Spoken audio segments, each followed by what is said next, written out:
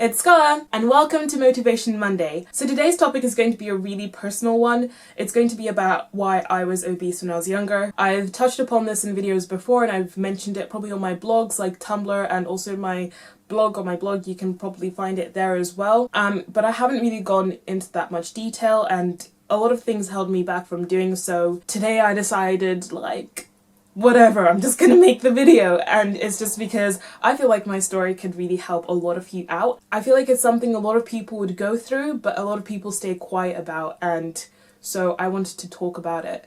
I should just warn you guys, this is probably going to be a super long video, so grab yourself some green tea, sit back and relax. This is quite an emotional topic for me, so if I do get weird, I'm sorry, it's just a really emotional topic for me. Yeah. Oh, by the way, if this is the first video you're watching of mine and you don't really know who I am or my story, basically when I was about 7 or 8 I gained quite a lot of weight and I was classified obese, and then up until the age of 14 I was obese, and then I decided to start losing weight, and between the ages of 14 and 16 I went through a weight loss journey and I lost around 50 pounds, and here I am today. So a lot of things have held me back from doing this video.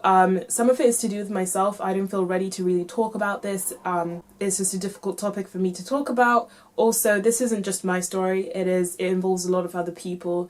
So I had to ask permission from my family in order to make this video, and even then it was a little bit difficult to get across why I wanted to make the video, but I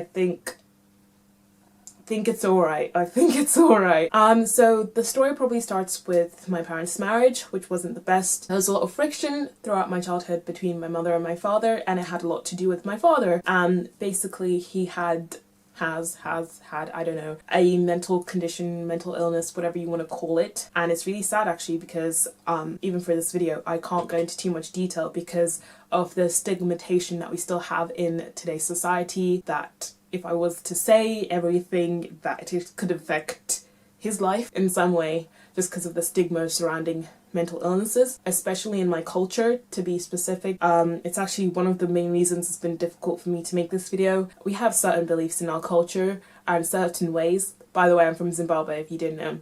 I think it's an African thing. I don't want to generalize a whole continent, by the way, but I think it's very common in African countries. I know probably a lot of my African viewers would understand where I'm coming from on this one. So when it comes to our culture, we can be very private about certain things, and especially when it comes to mental illnesses, they're not as accepted in our countries. I don't know why. I think it's just progression and we're still not there yet. If you can imagine, in the Western world we're still trying to get there. Random tangent, I'm sorry, I'm just trying to explain everything. And anyway, so yes, he had a mental condition and it made him not himself. So that's the first thing I want to say. What I will go on to speak about, I don't want you guys to associate it with my father. I want you to associate it with the effects of what a mental illness can do. I want to start off by saying I've 100% forgiven my dad. I love my dad to pieces. He's one of the most awesome people. Honestly, I didn't believe this. I didn't hate him, but I really didn't like him growing up, and I had a lot of anger towards him. But Dad, if you're watching this, because I know you might be, because I told you I was going to be making this video, I love you so much and I think you're amazing, and you are a huge role model for me. Just in case you didn't know, I'm just so proud of how far you've come from what we've gone through, and I hope I'm making this video to help other people that might be in my position or even your position. So basically my childhood was a mixture of things. My childhood was amazing. It was really, really great, but at the same time it was hard as well, and that's one of the things I really battled with the most, because I had normal childhood things. I got to go to Disneyland with my family, we went to Barbados, we had fun little family traditions, we really enjoyed ourselves. But when you have a problem like that in a house, it can actually stop things from being good. And so I'm already crying and I haven't even started my story. Yeah, so let's just jump straight to the point. By the way, if you're wondering why I'm crying, it's just, I don't know, this feels really weird making a video about this, and I think it's because I haven't spoken about this that much. And when I do speak about it, it's usually to my sister, and it's in a very jokey manner, because the way me and my sister tend to deal with hard things is that we tend to just laugh it off and just make jokes about it, which is really cool and fun, by the way. Yeah, it's actually a really good way of coping about it, but I've never spoken about it seriously, so that's probably why I'm getting really weird about it. I've never cried on camera. This is so weird. I think this has been going on for a very long time. Probably even before I was born, but anyway, things got really bad once I was around 7 or 8. I think we'd moved house, and that house I always associated with really bad things, because I think that's when things got really bad, and there were a lot of arguments and a lot of shouting, and it was weird because at the same time I still had a roof over my head, I still had food, I'd still go out and play with my friends, I just pretend nothing was going on, and it was really weird. Around 7 or 8, that's when the eating started. First of all, it had nothing to do with the way my mother was feeding me. My mother was really good about meals. She'd make sure I had a good breakfast, made sure I had a good lunch, and make sure I had a good dinner as well. The problem was that when no one was watching, I would go and eat a lot. So we had a lot of snacks in the house. It's not anyone's fault for buying those snacks, because everyone has snacks in their house, and I would just sneak a lot of snacks up to my room and I would hoard them. I think I've mentioned this before. I would basically take a lot of crisps, mainly. I love crisps. Side note, I still love crisps. Still love them. I don't hoard them anymore, luckily. This was probably the strangest habit I developed when I was younger, is I would hoard crisps in my drawer. Like, I had a chest of drawers of clothes, and the bottom one had random stuff, and then it would have like a section for just food that I would hoard. So maybe I'd go and buy chocolate bars from the shop that was in my village. I would go and stack up on stuff, and it's not like I would eat them straight away or I had a plan for when I would eat them. I would purposely save them for a time when I needed them, and I didn't know why I needed them until obviously I got older and I realized, wait, I was storing food for when things got too difficult and I needed that comfort, and I'd go and eat to make myself feel better. And I'd probably, like, before I went to sleep in my room, there'd be days where I'd just eat as much as I wanted to until I felt better, and then I'd just go to sleep.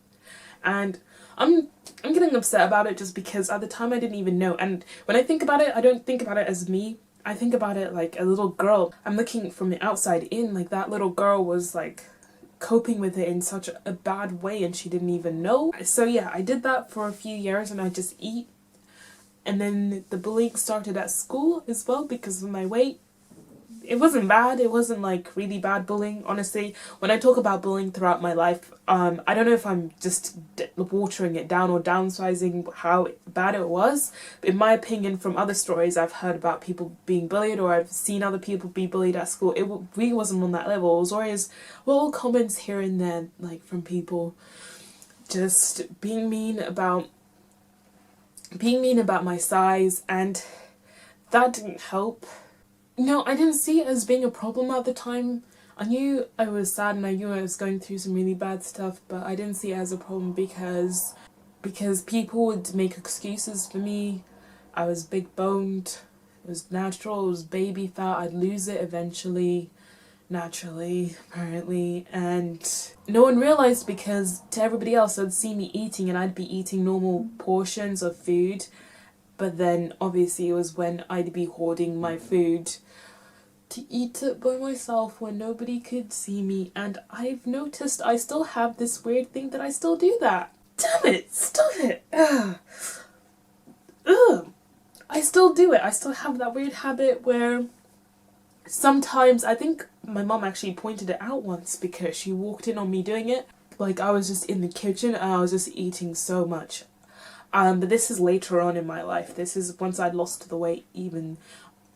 So right now I still kind of do it. Like, I'd rather eat, like, basically have these mini binging sessions by myself when nobody can see me, preferably in the dark, in the kitchen, and I'll just eat stuff like, probably like peanut butter or crisps or whatever food I can get my hands on. Basically, I'll just eat it and keep eating it and keep eating it until I basically feel ill, and then I'll leave wherever I've been and go on like normal, but I'd do it in private.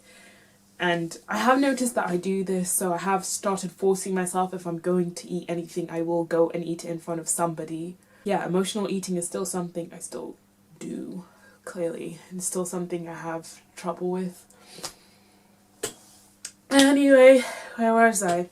Yeah, so I did that for quite a few years, and I think things got really... There was one day when things got really bad, and this is what I'm worried to mention. But as I said, first of all, it wasn't my father. It wasn't his fault. He's a lovely, lovely man. If you met him, you wouldn't even know. So don't associate that with him. I experienced domestic violence for the first time. I mean, there was little bits of it throughout my childhood, like little things I used to see. Nothing this bad though. This one was really bad, and I don't want to go into too much detail about this. It was really weird. I remember that night when I experienced it, I didn't know what to do. I was just crying, and I was paralyzed to the spot, and I didn't move. I just cried for a really long time. And then after that, I think things got a little bit harder for me soon after we moved, and I was happy to move because that house was just weird to me. My family always laugh about it because I always hate that house. Like, I couldn't walk past it. But anyway, we moved house, and I remember it was weird because it's like everything just went back to normal. And then I saw these weird habits where I wouldn't eat the whole day at school, but once I got home, I would binge. Like, I would eat everything. And I'm not sure why I did this. I think it almost made me feel like I was trying to make a change, because it got to the point, at this point I was probably like 11, 12, and I was more aware of my size, and I was a little bit more aware of everyone was getting a boyfriend, everyone was going out with each other, and everyone was being all like that. And growing up, I started being more aware of myself. So I think in some ways I was trying to make an effort to make myself look better. So I thought if I didn't eat as much during the day, that would help. And I kind of liked the feeling of being hungry throughout the day, and then I'd get home and treat myself, and it was so stupid. And by this time I was a lot less active, so at least between the ages of like 7 and 10, in primary school, I was part of a lot of clubs. I used to like playing football. I liked playing rounders. Like, oh my gosh, rounders is my game. Like, if I ever do a meetup during the summer, can we play a game of rounders? Like, I don't know what city to do it in, but comment below if you'd enjoy that. But I loved rounders, and I haven't been able to play it in ages. So yeah, I had a lot of clubs that I was part of, so I still was active. Like, I was actually still a really good athlete in some ways. Like, I was still quite fast. I could still do a lot of sports. I did gymnastics. Like, girl, you should see my round-offs and my cartwheels and everything. So I still could do stuff.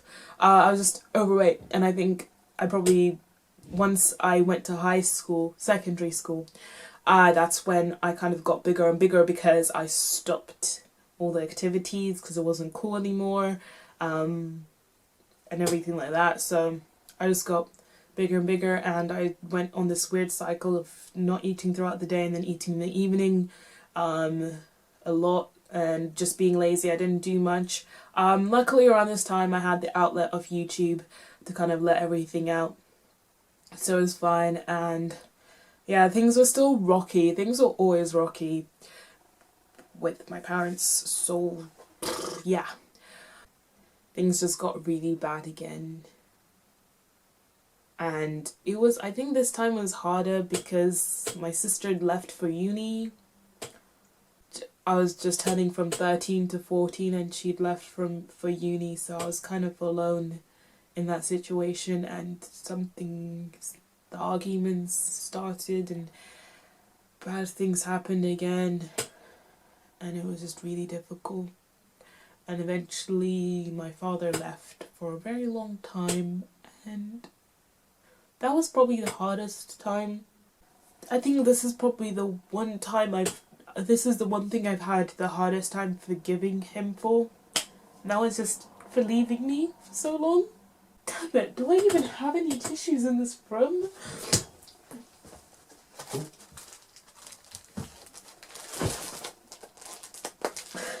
I'm a mess. I'm an actual mess today. This is so stupid. Honestly, I'm really not this emotional. I don't know why this is happening today.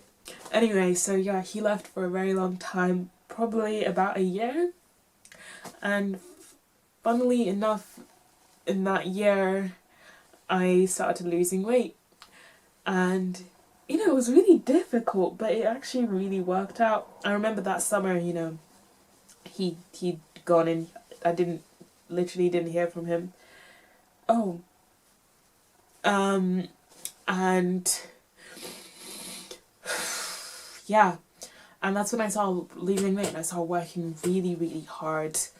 Yeah, and I think from then on, once he came back, things were a lot easier, and ever since then we've been rebuilding our family, and I can happily say that I love my family so much, and we're so strong. I know there are so many of you who are battling with emotional eating, binge eating, or anything like that, and you don't realize why, and you might never realize why, and you might just be like, oh, it's fine, and the thing is, for me to know why I was emotional eating, it's helped me so much now, because it means that I can control myself and I know when I'm gonna end up binging and why, and it stopped me so much, because like I can be upset about something and I'm ready to go and binge, I'm ready to go and eat everything, and I go, Scola, wait, you know why you're doing this, you know where this habit came from, stop yourself from eating that. Go and do something productive with your time, whether it be take a walk, go for a run.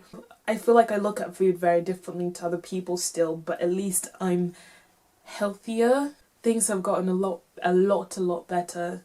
Than things have been the best they've ever been. And I just have to say, like, throughout it all, my mum was so strong. And I know people will say, oh, then it was your parents' fault that you were the way you were. No, it wasn't.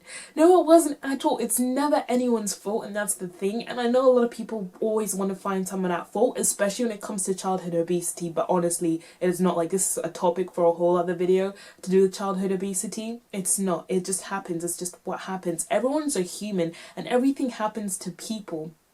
And I'll never blame anyone for anything, because my parents were humans going through life and trying to figure out the best way they could. So if anyone even dares to judge the situation, I swear you will not see a luscious side of me. It is, and I wanted people to know, because I feel like we live in a society where we just like sugarcoat everything and make it look great and amazing, and like, yeah, I've lost 50 pounds now, everything's popping, everything's fun. No, I'm still going through a lot, and I think one thing I was worried to mention, and I still am worried to mention, like I said, to do with my culture, a lot of mental illnesses aren't taken seriously, and one of the even if you go on Wikipedia and look at childhood obesity and look at some of the effects it can have, one of the psychological effects is you can develop anxiety and poor self-esteem. And there's two things I am left with today and I still struggle with, and I haven't really mentioned this before because I feel like we live in a world where everybody has anxiety, everybody has low self-esteem, and it seems like such a cliche, like left, right and centre you can see YouTubers talking about having anxiety. But I think it's because it's actually a common trend with how people with anxiety let out and let express themselves. That's what I actually have come to the conclusion of, because I know a lot of YouTubers who have anxiety, and I think it's actually because, like, say growing up, I obviously was developing anxiety through all these things, and I think I used YouTube as an outlet to make myself feel better. That creative outlet, it was my creative outlet. So much I could have still spoken about, but yeah, main things I just want to get across. I love my dad, not his fault, he is awesome, I wish you guys could meet him, he is really lovely and amazing. My mum, super strong lady, absolutely love her to bits, and each and every day I feel myself being more and more like her, and it's so funny because lately we really started like butting heads, because I feel like I'm becoming a lot like her, though she wouldn't she wouldn't want me to use that excuse for why I'm being so sassy, but she is literally the queen of sass. And I love her to bits. She's literally my ultimate role model, and I wish I could be half the woman she was, because she looks after my father she loved him unconditionally and stayed with him all through that, and I feel like that's so beautiful. Like, they have the most beautiful love story that you guys don't even know about, and I don't even think they realize how beautiful their love story is. So yeah, I hope this video still made sense. It's a very watered down version because I didn't want to go into too much detail, because obviously you want to still keep some things private. You don't want to tell the whole world all your poop. So yeah, that's definitely a thing. Anyway, please do comment below if you've had similar stories that you've been battling. I'd love to hear your stories, and just show people that it's normal to go through struggle and pain in this world full of Instagram and just showing the best highlights of your life. Things aren't as rosy as people think. That's all I wanted to say. Anyway guys, don't forget to give this a thumbs up and come on, we've got to do this with pep. I'm not doing my outro without pep. Okay guys, thank you so much for watching. Stay healthy, stay luscious, and I'll talk to you guys later. Bye.